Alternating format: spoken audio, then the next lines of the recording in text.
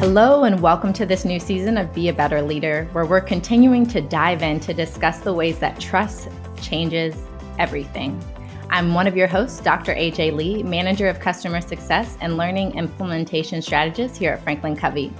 Today we're going to talk about loyalty, and whether it's employees or customers, we can't expect anyone to remain loyal to an organization, a team, or a leader that they simply do not trust. To help us better understand this connection between trust and loyalty and what you as leaders, myself included, can do to improve it, we've brought back Doug Faber, FranklinCovey's global practice leader for the Speed of Trust. Welcome, Doug. Good to have you. No, thank you, AJ. I'm just delighted to be here, and welcome to everybody who's out there listening. Yes, absolutely. So when we talk about loyalty, I want to set some context for the conversation. Doug, I know there's been a lot of talk around loyalty, what that looks like for organizations coming out of the pandemic, trends we saw through our feeds around the Great Resignation. And then there was the term quiet quitting. And while these trends often kind of pointed towards employee behavior, and they may have slowed down now, or maybe a new term is coming, how do you, from your perspective, think trust and loyalty factored into all of that? Well, I think that loyalty is an amplification of some level of trust that we're having or not having inside of an organization. And I want to turn the conversation on its head a little bit. Because absolutely. The language of quiet quitting and the Great Resignation really was an ascribing of behaviors to employees. And I think we need to reframe that conversation. Those people were reacting to a stimulus that was happening in the environment. And that environment is at its most basic level, is at their relationships with their teams and their leader. And if we could all just take a deep breath and exhale for a moment, this is not an accusation for all of us out here, but it's a chance to look at, how do I, as a leader, inspire my people? How do I proactively create this trusted environment? I'm going to say this a little bit differently even. A trusting environment where I'm demonstrating my trust to people so that they're never in a position to quietly quit. That they're not out looking elsewhere because they know this is the place where they most feel respected, included, and valued. And that's, this is our responsibility as leaders, is to be able to unleash all the potential that's latent inside of all of our people. And when we can create environments where we do that, we don't just have retention of employees, we have expansion of their greatness. And there's a lot to this conversation. Loyalty is much more than satisfaction. Loyalty is, I'm willing to recommend you. How many of our employees are out there actually being our best recruiters because they operate in the most trusted and trusting workplace? Now, that's a rhetorical question, but this is where I'd like us to be thinking today. Not put the responsibility on the employee, but put the responsibility on us as leaders. Oof, I agree wholeheartedly, Doug, with what you shared. And just putting ourselves in that empathy mindset. People were reacting. You said something really poignant. People were reacting to a stimulus that was happening in the environment. Yeah, that's right. That's right. And when we understand that we can't just keep going and expecting the same or different or better result. Right, exactly. The old insanity principle, right? Yeah. Right. Oh, we have to understand how, looking inward is a part of how we can cultivate, right, that environment where people feel taken care of and they feel safe. Hey, and I don't know. Let me help with this just a little bit, okay? Because, there are part of us right now, I'm sure many of us in the audience are thinking, this is you're putting the pandemic responsibility on me to try to fix. And there's an unfortunate truth. I'm going to say this. I'm in my 60s. I've been doing this for a while. I don't think there's been a harder time to lead.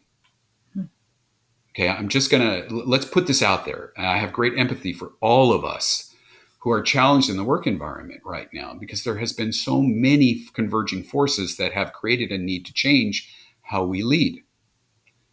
The pandemic is just among them, but there are many other things that are contributing. And so, but the latest Edelman Trust Index demonstrated that the one thing that employees have the greater confidence that there's no longer trust in government, there's no longer trust in society, there's no all those external things that our employees used to be able to rely on are now they have lesser trust in all of those, which puts greater responsibility on us in the workplace. And this is the one place that they want to see that level of trust. And so, I'm sorry, the responsibility is that much more now, but it is. And that's just part of the reality. The other part of the reality is people vote with their feet. Mm-hmm. And if they're not getting from their leader the loyalty of their leader, they're going to look for that loyalty for somewhere else. So we keep thinking about employee loyalty back to the company. The first question we have to have is what's our loyalty to the employee? And I want to take us to, we have what we call the 4 cores of credibility. 2 of them are associated with character, our integrity and our intent. And from the book, In the Speed of Trust, Stephen talks about intent. And he talks about the motive that inspires the greatest trust is genuine caring. Caring about people, the quality of work that we do. And it's important for us to recognize, especially exiting the pandemic, people are looking for personal connections.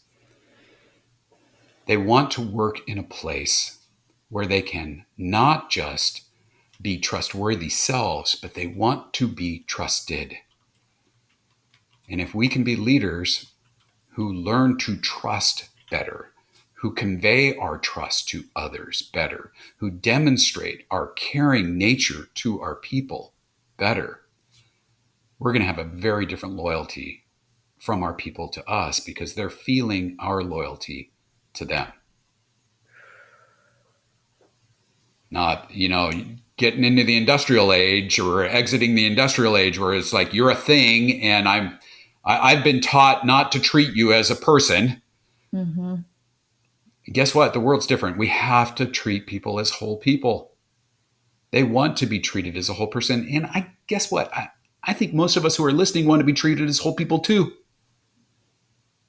And so how are we going to communicate that? And then, as we start to get into the agenda of intent, the agenda that inspires the greatest confidence is seeking mutual benefit. It doesn't mean that everybody gets what they want, but it means I've taken the time to hear your needs, that I'm there to really listen and understand, and can we collaborate together to find better ways to work together? There's a lot of congruence here with some of the other work that we've done in the 7 habits around the maturity continuum.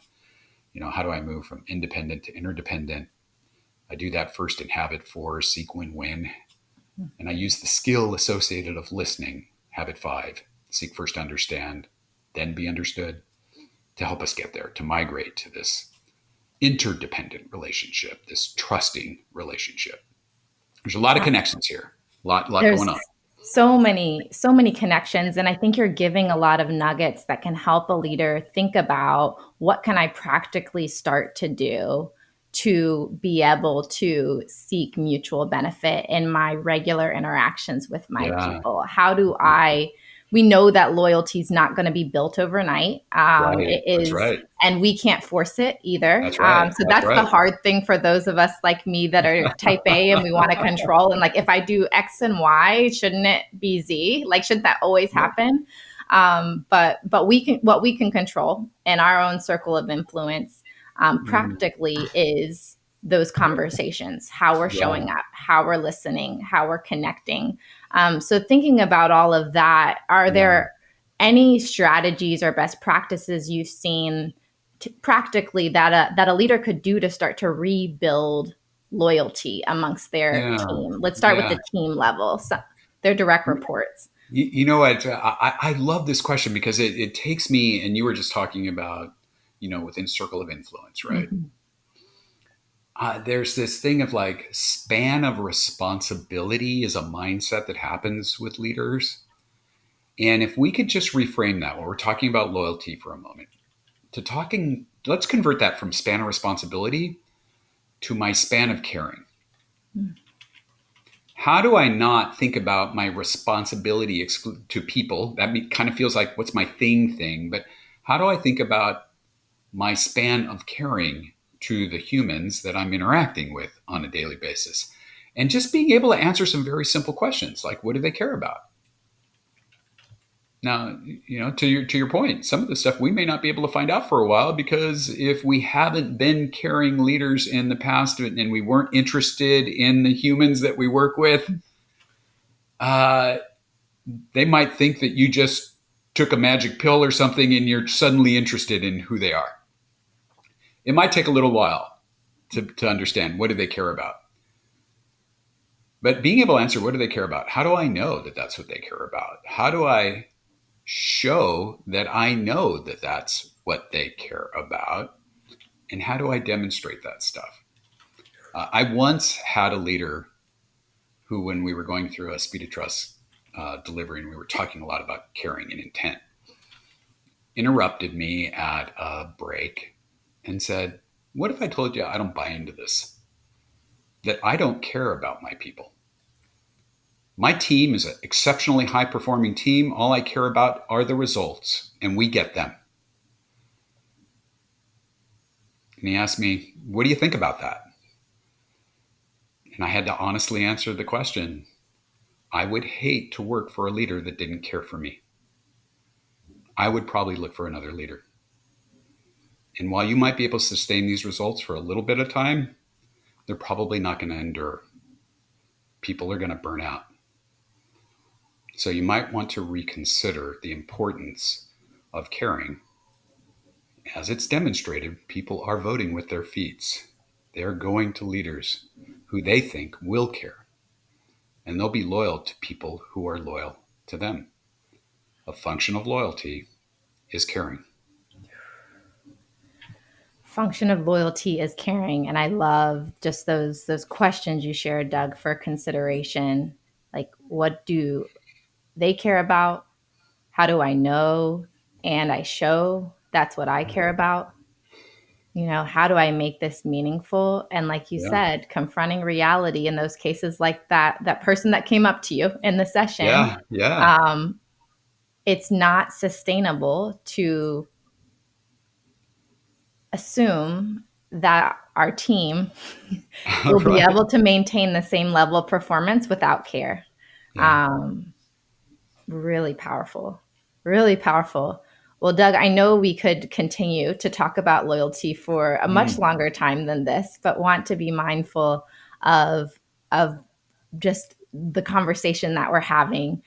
Knowing what we've shared, I would love to just Yeah. toss it to you. Is there anything else that you want to just leave the listeners with as a takeaway, as a reminder, as an encouragement before we wrap? Yeah.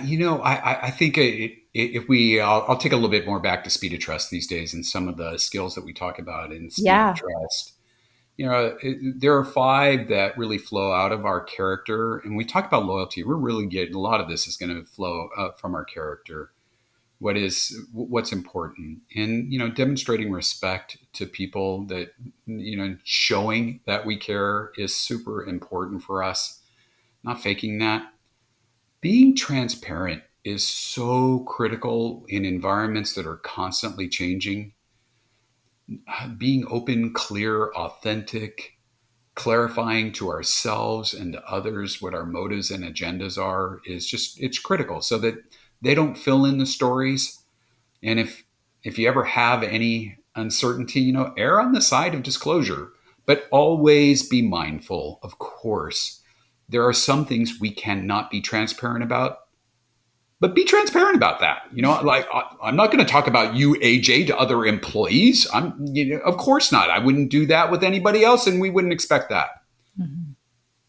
But if we really want people to, be loyal, humbly righting wrongs when we make mistakes Yeah. and owning it.